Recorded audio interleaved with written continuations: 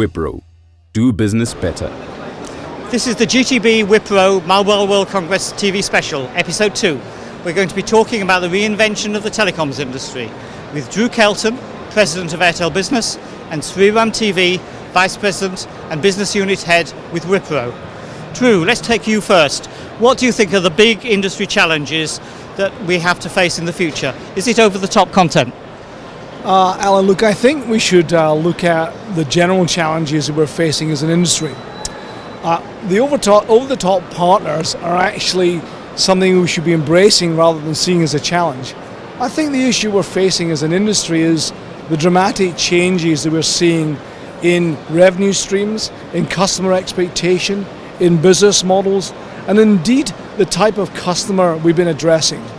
You know, we've been used to being in the DNA of everybody's day-to-day lives by expecting that phone calls would be there, connections would be there.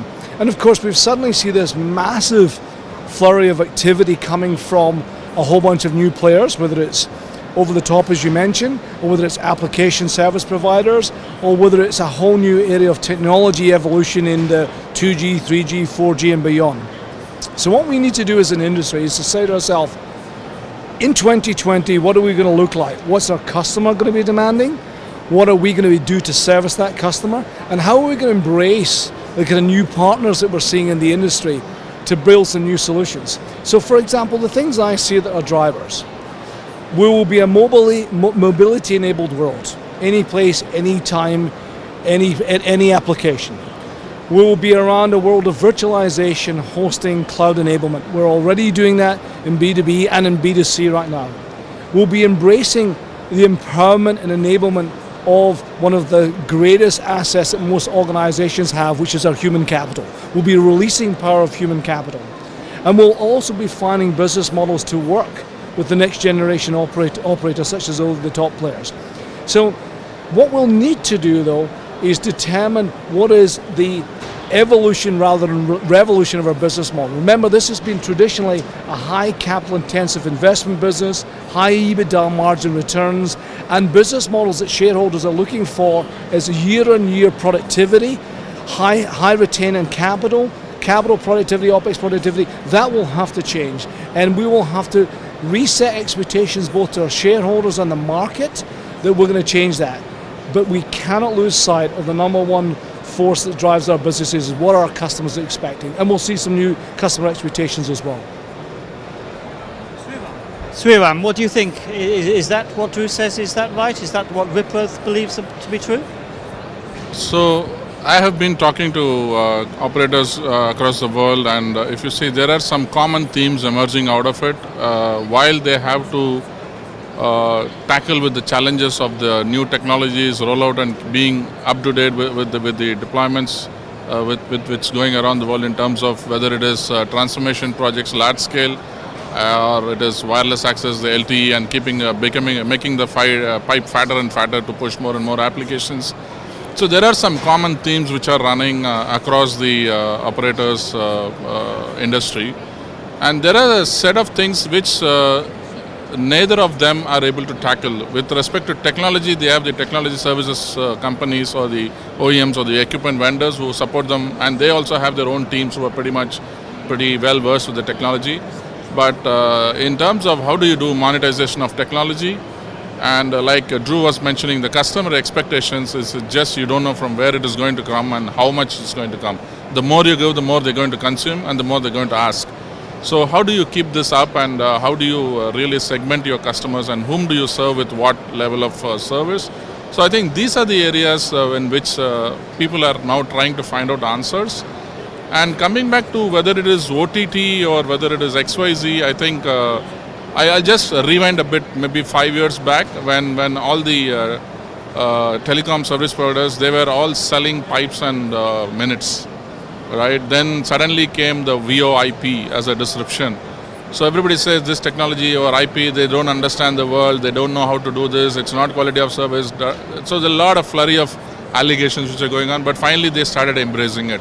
And that is when they felt that this technology which is coming from, if you call the right side of the technology world is giving them a lot of benefits today in terms of, and all operators, you'd name any operator, IPification or IP transformation is in the top of their agenda in terms of their transformation projects. Similarly, when they started rolling out video services, everybody said telecom service providers don't understand content business because the mindset is totally different, and both the sides never, because I was working for an operator myself. I was doing a lot of projects in this convergence domain of media and telecom and IT. So it was very difficult for them to, because they come from a different mindsets altogether. But if you see in the last 2-3 years, everybody, whether it is a media company, they know how to leverage the addressable population a service provider has got, right? So, for example, if you take Airtel, they have something like 220 million customers across the world. Suddenly you see so many eyeballs at you, right? So that is what is monetization for a content company. So I think that value chain is emerging in the right way. And the OTT also, I think Airtel was one of the pioneers when they went and said, oh, we will not stop Google, but we'll go and do a business model with Google, right? There was a win-win situation which they were able to strike. I think it's more about the openness in terms of how do you go and, like he was mentioning, whether it is embraced, rather than if you try to compete or restrict each other, it's not going to be, it's maybe a short-term win for the service provider, but the customer is not going to appreciate it. He's just going to switch operator, the guy who's going to provide. I think that's what I see emerging, and from a challenges perspective for an operator, how do you, if so many services are running on so many things and so many media, how do you ensure this end-to-end user experience? That is another top of the agenda for the service provider. And are you seeing that all operators are struggling with the same sort of issues? You talk to a lot of operators around the world. Are they all having the same things that they're worrying about? If I have to classify as the top 5 things, pretty much the same. The first and foremost is there is a change in the value chain, right? The way business is being conducted. So organizational restructuring is there everywhere. You call it a mature operator, you call it a incumbent, or you call it a competitive carrier. One top thing is, how do I make my organ? Because a lot of operators, especially the technology function, it's all at being a technology sort of a organization structure. Now if things are going to be end to end, so you need to take care of your business stakeholders, you need to take care of your customers, you need to take care of your own people, right? So in that way, some people are going towards the network as a factory model. Then how do you serve your customer facing units, right? So this is a common theme which is coming. The second thing is, top thing is customer experience. People are investing in this domain, and it's coming from not from the technology groups, but more from the business groups, the customer service delivery groups. This is again on the top of the agenda. The third thing is, how do we do large transformation programs and end-to-end visibility, right? For you to, because if you see, technology is available to anybody who can, and it's cheap today. So you can't differentiate. Nobody is asking you whether I'm taking an LTE connection, right? I'm taking a wireless broadband connection. What is my experience? Am I able to consume the way I want it, right? So differentiation comes from the way you offer and the user experience you give. So if you see, the top 3 for me seems to be these are the 3 top things from any operator perspective. Thank you. Drew, you're the head of Airtel Business. Do you see business services likely to be a saviour for some operators because of enterprise being, telecoms is really, really important to the survival of enterprise today? That's a really interesting one. You'd have to look at it a couple of ways. Imagine if you picked a 21 to 25-year-old new graduate of today who'll be a CIO of tomorrow. If you asked him in 2020, what is he expecting from his service provider? He would not respond to you the way we currently deliver services, which is fixed term contracts, high lockups, relatively expensive in his domain as far as he's concerned. It would be around, he'd be saying to you, I want BYOD. I want to pay 99 cents for your app because that's what I value it. I want you to make my life really easy and I don't want you to charge me a lot of money. I don't want to have a contract. I just want to walk away. I want on demand. And by the way, I want a fantastic service. So I think there is a model to be created within the operators where the B2B portfolio should have a much larger lion's share of their business to de-risk the business.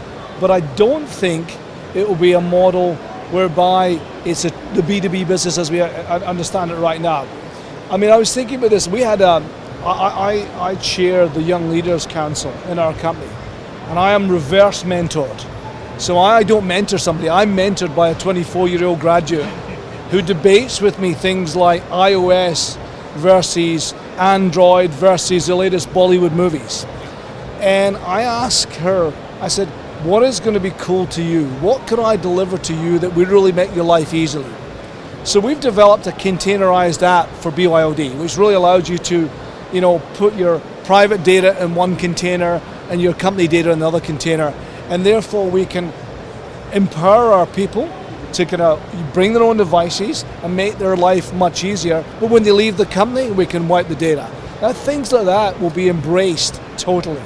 That's one area. The other thing is, in the B2B environment, we need to understand the C of that discussion. What I mean by that is, B2B is often talked about as the engagement between the operator and his big customer.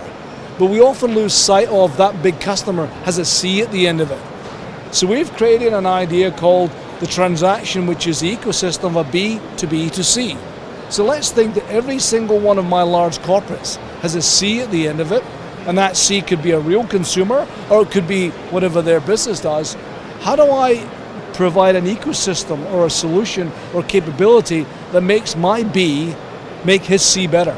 If we can get insight into that, we can really change the game from being a pipe operator or a commoditized proposition and actually being part of the business ecosystem. And I think that's where we should start to go. We're not there yet. We're still a products house.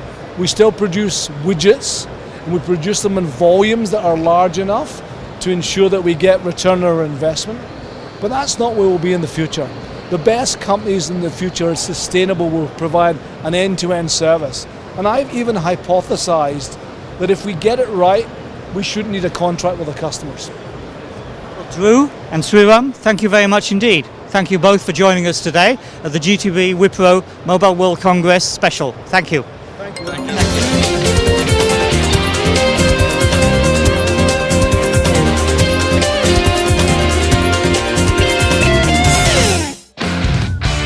Wipro. Do business better.